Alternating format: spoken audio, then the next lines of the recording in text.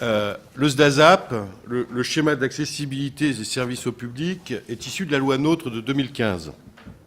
Comme l'a dit avec beaucoup d'élégance Yannick ce matin, effectivement, le président Morin a dit que les rapports étaient faits pour être mis dans les tiroirs. Et effectivement, je n'ai pas réagi parce que ça ne servait pas à grand-chose de réagir à ce moment-là.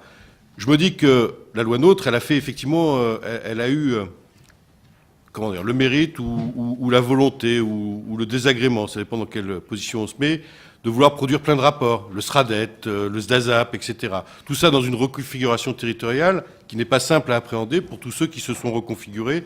Et nous sommes un certain nombre d'agglomérations, que ce soit dans le département de l'Eure, mais partout en France, à s'être réaménagées derrière. Donc le SDASAP, aujourd'hui, il est nécessaire. Le travail, moi je salue le travail du département et notamment le travail de Mme Besson sur le sujet parce que c'est un travail extrêmement transversal et pas du tout en logique de tuyau d'orgue. Il fallait travailler avec tous les services du département. Donc il y a un travail qui a été fait. J'ai regretté en CTAP que c'était un peu plus long que d'habitude, mais il y avait plus de points à l'ordre du jour, mais on n'a pas évacué la CTAP en 20 minutes comme la dernière fois. Enfin, les sujets du SDASAP, que ce soit celui du Calvados, de la Manche ou de l'Eure, si on a pris, 10 minutes pour en parler au CTAP sur les 3, c'est bien le bout du monde. Voilà, ce sont des sujets qui sont importants, qui concernent nos administrés et qui sont d'ailleurs aussi une réponse parfois à un vote protestataire que nous pouvons trouver dans nos territoires. Je suis bien placé pour le savoir. Ça rentre effectivement en considération. Je me tais, je laisse le soin à Mme Besson de présenter son PowerPoint et puis on reviendra derrière, si vous voulez bien. Bonjour. Alors effectivement, émanation de la loi NOTRe sur le constat que des inégalités persistent quant à l'accès des citoyens par rapport aux services publics, et cela sur tous les territoires, qu'il s'agisse de territoires urbains, périurbains ou ruraux. Alors, qu'est-ce qui caractérise ce schéma? Eh bien, un copilotage État-département, une durée de 6 ans, et puis surtout le fait que ce schéma doit être arrêté au 31 décembre 2017, d'où un timing très serré, d'autant qu'on a l'obligation de consulter en amont tous les EPCI par rapport aux avis à produire, également la conférence territoriale de l'action publique et également le conseil régional. Et le tout étant extrêmement encadré par des délais. Alors, comme pour tout schéma, ce schéma-là va comporter un volet diagnostic, c'est-à-dire quels sont les territoires déficitaires au regard de l'accessibilité, et également un volet programme d'action pour renforcer l'offre de services et développer les mutualisations. La méthode, alors fort heureusement avec un timing aussi resserré, on ne partait pas de rien parce qu'il y avait eu précédemment une phase expérimentale avec 10 départements, dont le département de l'Eure, et des travaux qui ont été menés avec le cabinet ETIS Conseil ainsi que l'INSEE. Ça, c'était les années 2013-2014.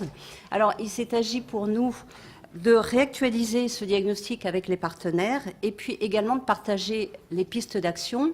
Donc ces deux axes-là nous ont fait autant de comités de pilotage, évidemment entre-temps des travaux complémentaires, et puis une réunion avec les EPCI au mois d'avril pour présenter la démarche et les travaux en cours.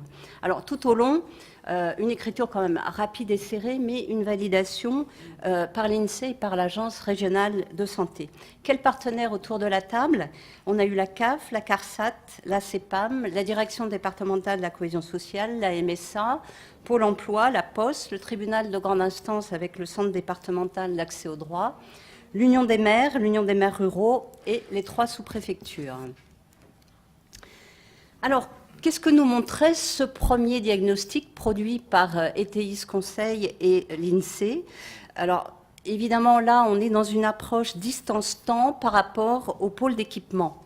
Le premier point, c'est que l'Eure est un département plutôt rural, je sais que je ne vais rien vous apprendre, où 45% des Eurois vivent en dehors des zones urbaines, contre 27% pour la moyenne des habitants de province. Deuxième point, le département bénéficie d'une répartition équilibrée de ces différentes villes. Seulement 26 communes euroises sont classées isolées. Elles rassemblent 2,6% des habitants, ce qui est un score qui est 2 fois plus faible qu'en moyenne de province. Mais, et là il y a un mais, c'est que le nombre d'équipements rapportés à la population révèle une position moins favorable que la majorité des autres départements, ainsi qu'une rareté des professionnels de santé. Et là, c'est une véritable préoccupation pour le département.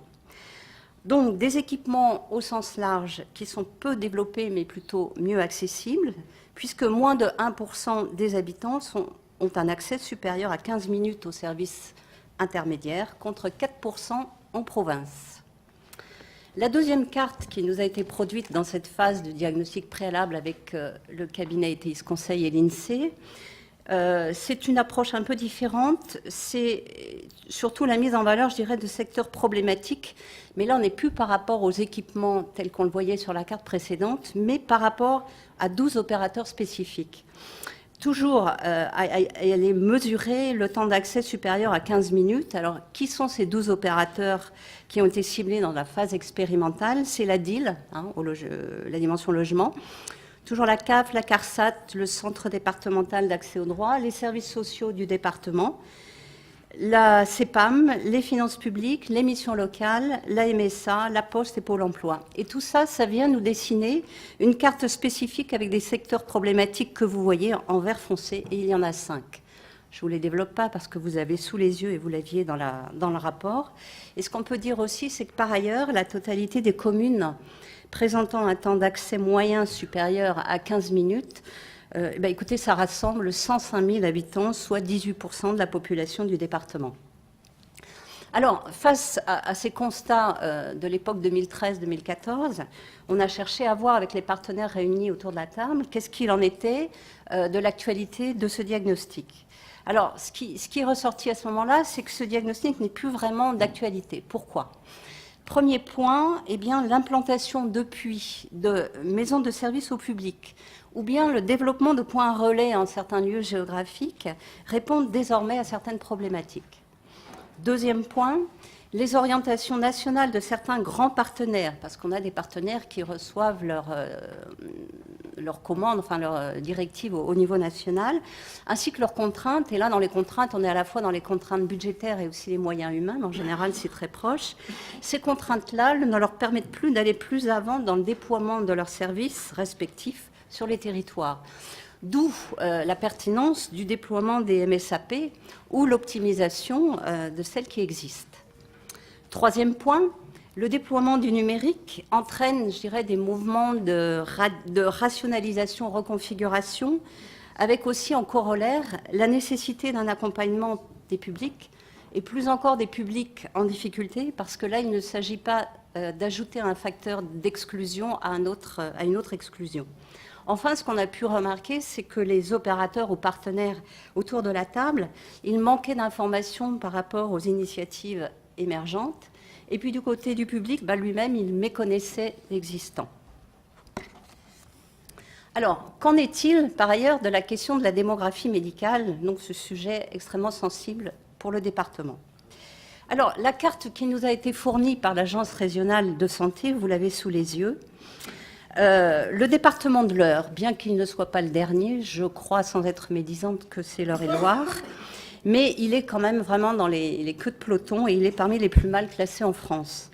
La densité des médecins, vous voyez des zones rouges, ce sont, oui, le soleil attire les médecins, on le voit dans le sud de la France. Ce sont les zones les plus dotées, elles vont de 10,9 à 12,7 pour 10 000 habitants en densité généraliste. Et ce qui est en bleu foncé, c'est l'inverse, c'est les zones les plus faibles. Donc vous voyez que le département de l'Eure est bien dans les départements les plus mal situés. Si on fait un zoom avant, en infra, on voit quels sont les territoires problématiques, toujours en bleu foncé dans le département de l'Eure.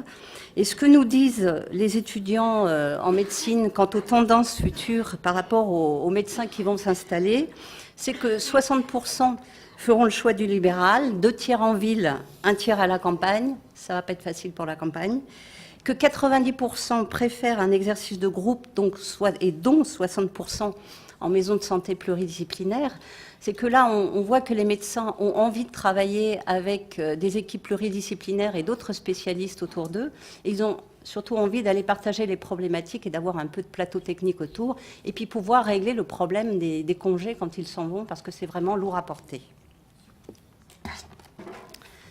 Alors, les PSLA, pôles de santé illibérale ambulatoire apparaissent comme la réponse structurée. Alors, ce qu'il faut remarquer là, c'est que l'ARS raisonne désormais en termes de PSLA, c'est cet acronyme qu'il va falloir intégrer, et elle ne raisonne plus en termes de maisons de santé pluridisciplinaire parce que ces MSP peuvent exister avec ou sans mur et qu'elles peuvent être regroupées sur un site ou pas.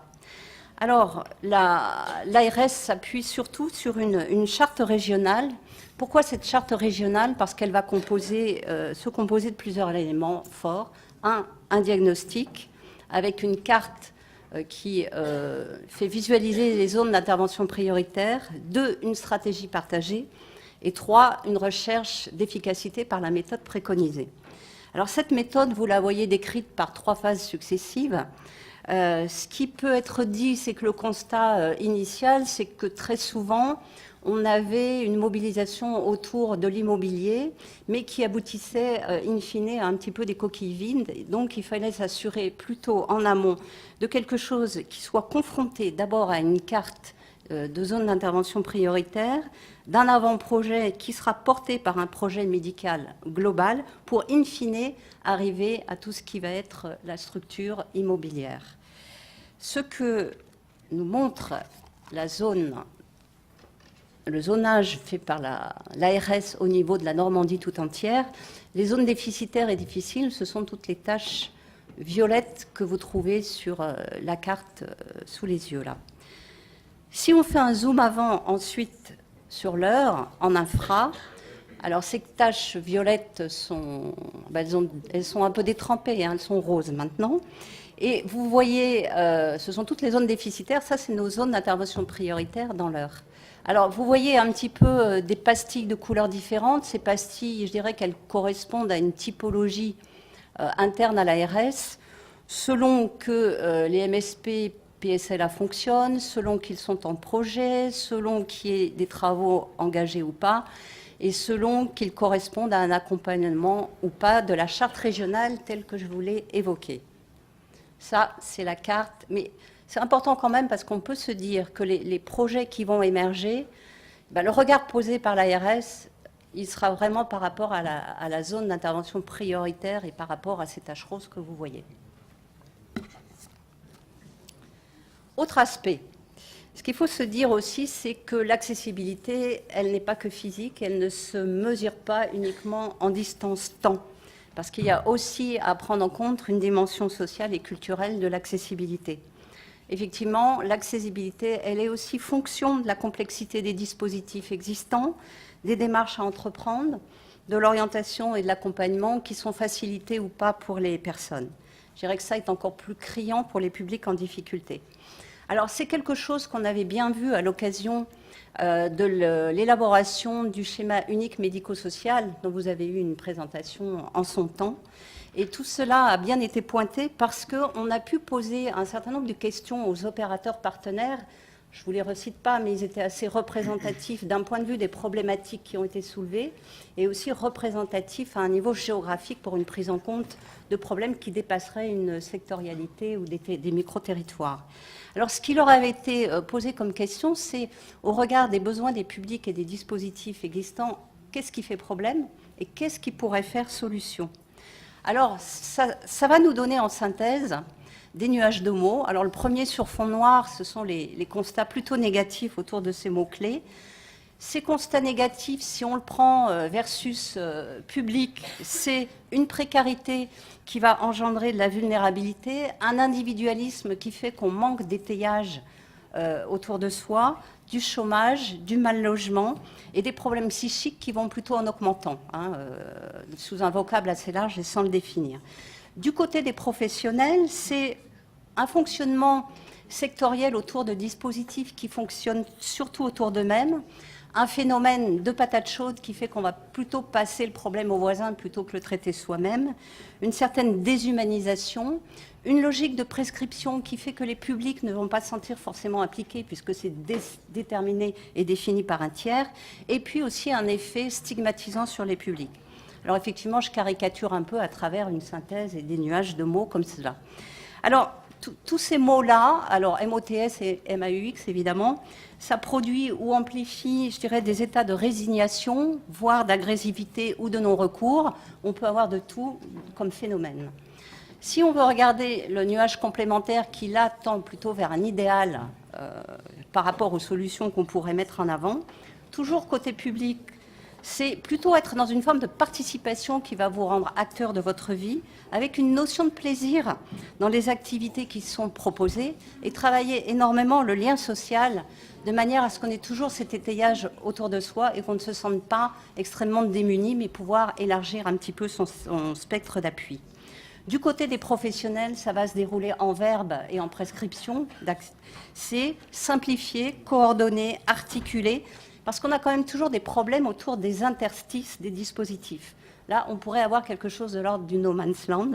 Alors, il faut toujours articuler entre les partenaires pour ne pas laisser des interstices vides, informer, apporter de la souplesse, permettre la continuité des parcours, parce que là, il s'agit de ne pas balader les personnes d'un dispositif ou d'un guichet à l'autre, savoir aller vers, parce que des publics qui n'iront jamais vers, et ceux-là, ils vont rester là où ils sont si on ne fait pas le geste d'aller vers eux. C'est aussi s'appuyer sur les territoires, qui sont autant de ressources et des ressources d'acteurs derrière, rendre lisible, faire réseau, s'accorder une confiance mutuelle, et puis, pourquoi pas, là aussi, s'appuyer sur des notions de plaisir. Alors, tout ça devrait produire davantage de lisibilité, de lien social et d'humanisation dans la relation de service. Parce que tout ça, ce sont des enjeux pour les services et pour toutes les institutions, parce que tout le monde est confronté à ces enjeux-là, et en particulier les maisons de service au public. Alors, ces maisons de service au public, les MSAP, qu'est-ce que c'est ? Eh bien, c'est un espace mutualisé de service au public, c'est une offre de proximité et de qualité pour les habitants, c'est un lieu unique pour accéder aux premières informations et orientations. C'est une labellisation par l'État, sous conditions évidemment, et qui permet l'octroi de financement. Et c'est l'articulation de présence humaine avec des outils numériques. La carte qui nous est présentée par l'État sur l'implantation ou les projets de MSAP, la voici. Alors, c'est peut-être un petit peu difficile à voir, mais vous voyez des petites pastilles vertes et rouges. Les petites pastilles vertes, c'est les MSAP existantes, et celles qui sont rouges, ce sont celles qui sont en projet. Voilà pour ce qui est des cartes. Alors, si on en passe à la présentation du programme, il est élaboré et constitué autour de 3 axes et 18 fiches actions. Bon, il y en a certaines qui ont vraiment été regroupées pour avoir quelque chose de plus synthétique. Le premier axe, c'est celui de garantir à tous un accès aux services et aux soins. Je ne vais pas relire ce que vous avez sous les yeux, mais je vais peut-être vous souligner quand même là où on voit les efforts départementaux avec les politiques publiques départementales. Alors évidemment, l'enjeu, c'est de couvrir le territoire avec les MSAP. Soutenir le niveau de professionnalisme des MSAP, là on pourrait imaginer le soutien de nos services sociaux pour apporter l'information sur l'évolution des dispositifs et sur la législation quand elle évolue par rapport aux relais que sont les MSAP. Favoriser l'accès des habitants aux services, c'est aussi apporter l'information à partir de tout le maillage territorial que représentent les services sociaux départementaux. L'équité d'accès aux soins, eh bien la contribution au financement des PCLA et la politique volontariste pour favoriser l'installation de nouveaux médecins, ce sont aussi les impératifs départementaux. La mise en œuvre d'une stratégie de territoire, eh bien la contractualisation avec les EPCI autour des compétences départementales permet la valorisation d'un territoire avec le partage et l'appropriation des problématiques qu'il traverse, mais également des ressources que représentent les différentes politiques publiques. Aider au maintien des derniers commerces de proximité, ça participe de l'accessibilité, du maintien de l'accessibilité. Et puis, c'est quelque chose qui a été présenté lors de la dernière session de plénière. L'axe suivant, c'est favoriser l'accès au numérique.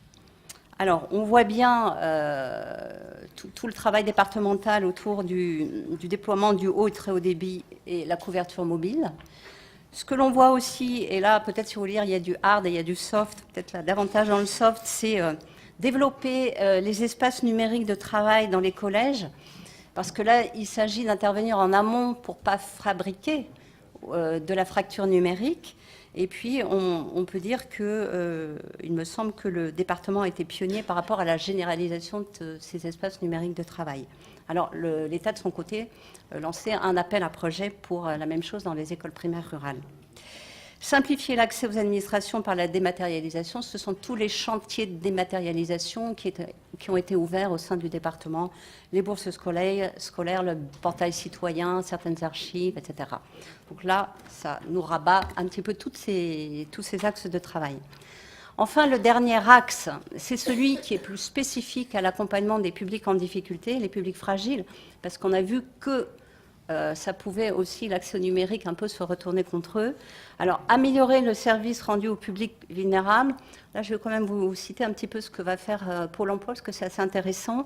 Il va observer en situation quelle est la relation de service au sein de ces agences. Qu'est-ce qui se passe entre un conseiller et un bénéficiaire, enfin un demandeur d'emploi, dans la relation de duel. Qu'est-ce que ça produit, qu'est-ce que ça ne produit pas. Donc, c'est un regard d'observation en situation. Je trouve que c'est assez intéressant de se regarder par rapport à la satisfaction du public. Mieux articuler les accueils de proximité en faveur d'un parcours de l'usager. Là, on y voit très bien la contribution de nos services sociaux autour d'une non-redondance de ce qui existe sur un territoire et d'une meilleure articulation pour faire en sorte justement que les bénéficiaires ou usagers ne soient pas baladés d'un guichet à l'autre. Alors, il y a quelque chose qui nous vient du plan national en faveur du travail social, c'est la mise en place d'un accueil inconditionnel de premier niveau. Et ça, il va falloir y travailler, notamment à partir de nos services sociaux, puisque le département est chef de file des politiques sociales. C'est s'assurer que sur un territoire, et quelle que soit l'institution, il y aura toujours une information de premier niveau qui soit donnée aux usagers, aux bénéficiaires, de sorte qu'on ne les renvoie pas ultérieurement vers un autre guichet. Ça, il faut s'assurer, le mettre en place. Donc, ça nous met en perspective un certain travail de maillage autour de cette nécessité. Promouvoir l'accès à la culture. Alors là, on peut souligner, ça a déjà été présenté en plénière, l'intérêt des médiathèques. C'est un lieu public véritablement à investir. C'est une ressource extrêmement importante. Ça a été pas mal développé la dernière fois, mais c'est vraiment quelque chose à investir. Et puis aussi faire arriver la culture et les projets artistiques dans les EHPAD, parce que c'est pas parce qu'on est personne extrêmement âgée et en plus en perte d'autonomie qu'on doit se priver d'une dimension importante de la vie qui est celle de la culture et qui est celle de l'art. Parce que c'est toujours la vie qui respire à travers la culture et l'art, et c'est important de pouvoir le faire pénétrer dans ces milieux qu'on dit fermés et avec des publics dits plutôt captifs. Voilà, dernière diapositive, c'est les réactions recueillies autour de ce schéma départemental. Alors, on peut dire qu'on a eu un avis favorable de tous les EPCI, mais ces avis étaient soit tacites ou soit ont fait l'objet d'une véritable délibération. Ça n'a pas toujours été le cas, mais un avis favorable global avec toutefois 2 remarques pour 2 EPCI. Seine-Normandie Agglomération qui souhaite qu'on regarde un petit peu de plus près ces questions de périmètre de secteur prioritaire, de regarder également le contenu de l'offre des MSAP et pourquoi pas d'imaginer des MSAP itinérantes. Et puis la communauté de communes du Vexin normand qui souhaiterait qu'on insiste aussi sur l'axe mobilité, sachant que le transport collectif n'est pas forcément extrêmement présent sur ce secteur-là. Voilà, on dispose donc d'un accord de la CTAP. Il nous reste à avoir l'avis de la région qui malheureusement se situe après notre plénière, mais on n'avait pas la main sur le calendrier de la région. Voilà, je vous remercie de votre attention.